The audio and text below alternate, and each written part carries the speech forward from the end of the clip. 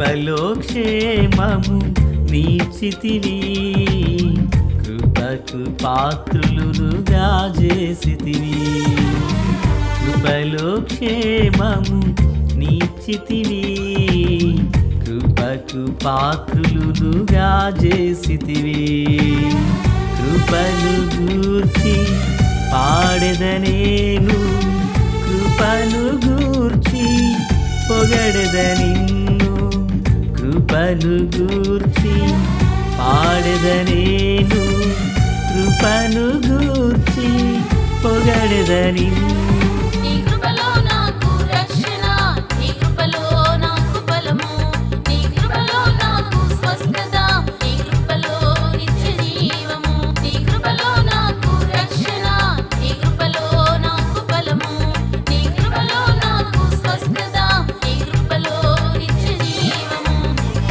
కృపలో క్షేమము నీచితివి, కృపకు పాత్రులుగా చేసితివి. మన ప్రభువైనటువంటి యేసుక్రీస్తు వారి పరిశుద్ధమైన నామములో తండ్రి అయిన దేవాది దేవునికి నిత్యము స్తుతియు స్తోత్రములు, మహిమయు ఘనతయు ప్రభావములు యుగయుగములు ప్రభువునకి చెల్లునుగాక. ఆత్మీయులారా, బాగున్నారు కదా?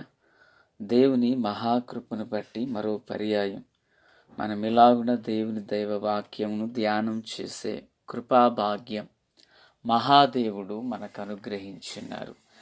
దయగలిగిన ఆయన ఆత్మచేత సమభూమి గల దేశమున ప్రభువు మనలను నడిపించునుగాక. ఆమేన్. నేటి దిన వాక్య ధ్యానము కొరకైన భాగము లేవియాకాండం 14వ అధ్యాయము. ప్రియులారా, 1 నుండి 9 వరకున్న వచనాలను మనము ధ్యానం చేయబోచున్నాము. 1 నుండి 9 వరకున్న వచనాలు. మొదటిగా నేను ఒక మాటను చదువుచున్నాను. 1వ వచనం. మరియు యెహోవా మోషేకి ఇలాగు సెలవిచ్చెను, కుష్ఠరోగి పవిత్రుడని నిర్ణయించిన దినమున వాని గూర్చిన విధి ఏదనగా. ప్రార్థన. మహాపరిశుద్ధుడా, ప్రేమగల తండ్రి, కృపగల దేవ, స్తోత్రాలు. చదువుబడి ఉన్న ఈ వాక్యము మీది, వినుచున్న వారు మీ వారు. ప్రభువా, మీ దాసుడనైన నన్ను పూర్ణముగా మరుగు చేసి దైవస్వరమును వినిపింప చేయమని, మీ దీవెన ఆశీర్వాదం అనుగ్రహించమని యేసుక్రీస్తు నామములో ప్రార్థించిన మనవులన్నీ పొందియున్నామని నమ్ముచున్నాము మా పరమ తండ్రి. ఆమేన్. ప్రియులారా, బాగున్నారు కదా? ఈరోజు మనం నేర్చుకొనుచున్న వాక్యపు అంశము, కుష్ఠరోగి బాగుపడిన తరువాత తన కొరకైన చట్టము. కుష్ఠరోగి బాగుపడ్డాడు.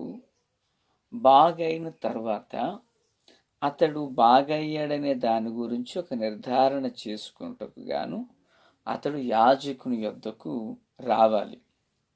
యాజకుని యొద్దకు వచ్చిన తర్వాత 4వ వచనం. యాజకుడు పవిత్రత పొందగోరు వాని కొరకు సజీవమైన 2 పవిత్ర పక్షులను, దేవదారు కర్రను,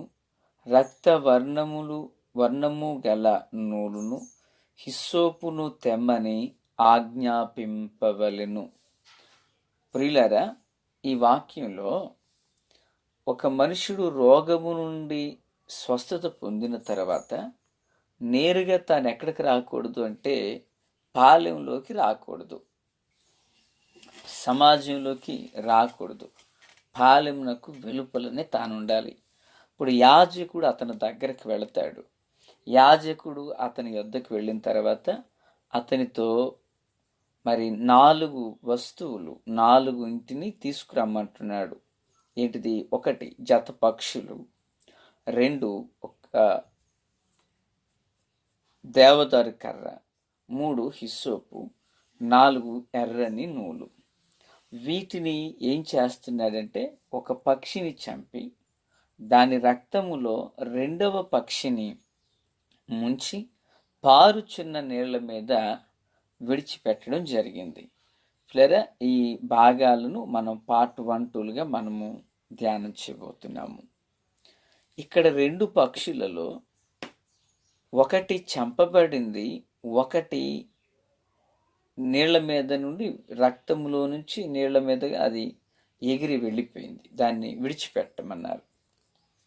ప్రియులారా, ఒక మనుషుడు రోగము నుండి విడిపించబడిన తర్వాత తాను పవిత్రతను పొందాలట.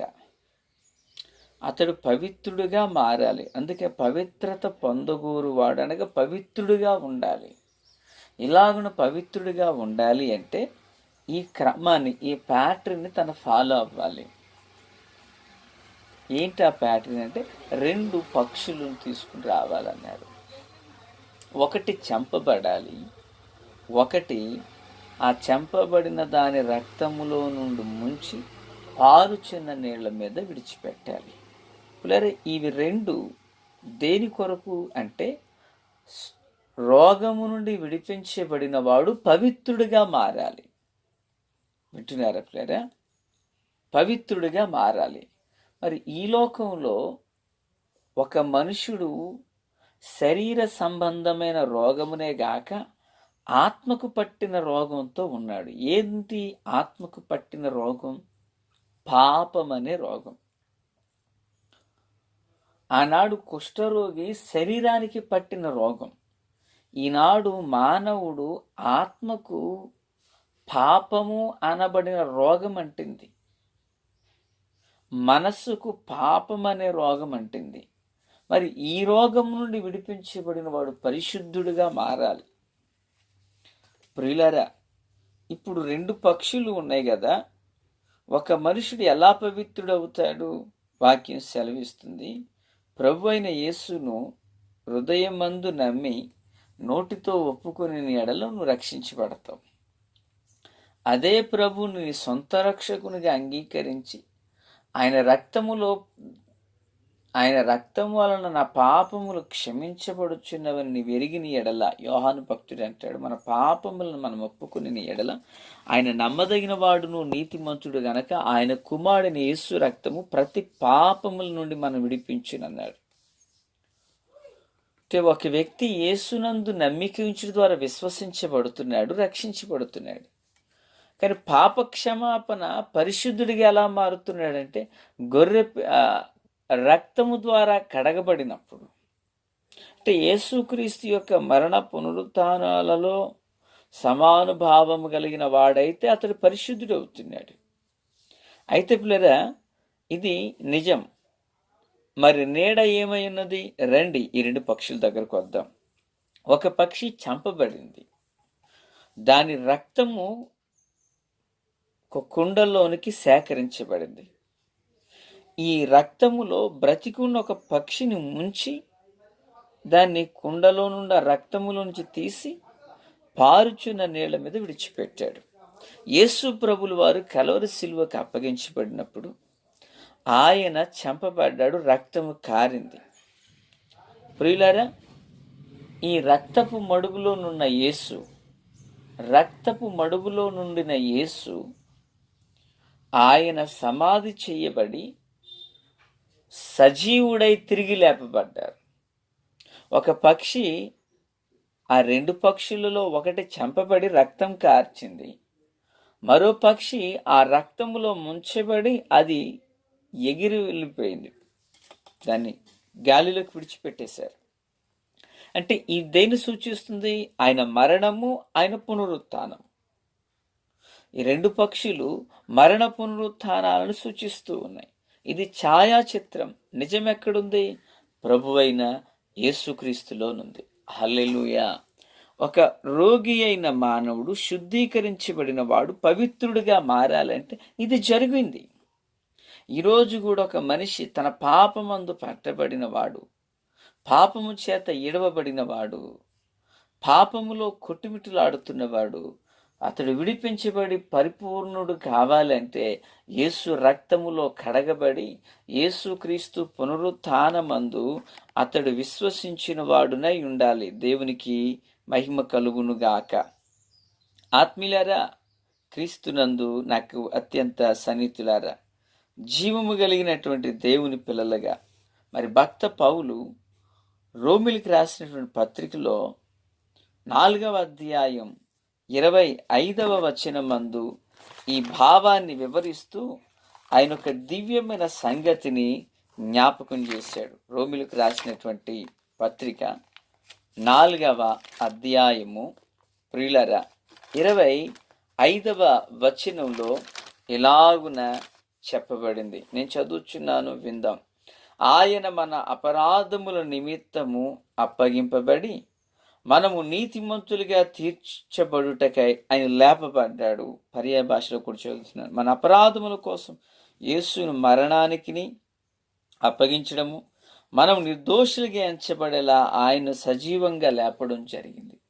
అంటే ఆయన మరణము వలన ప్రియులారా మన అపరాధముల నిమిత్తమే ఆయన అప్పగించబడ్డాడు.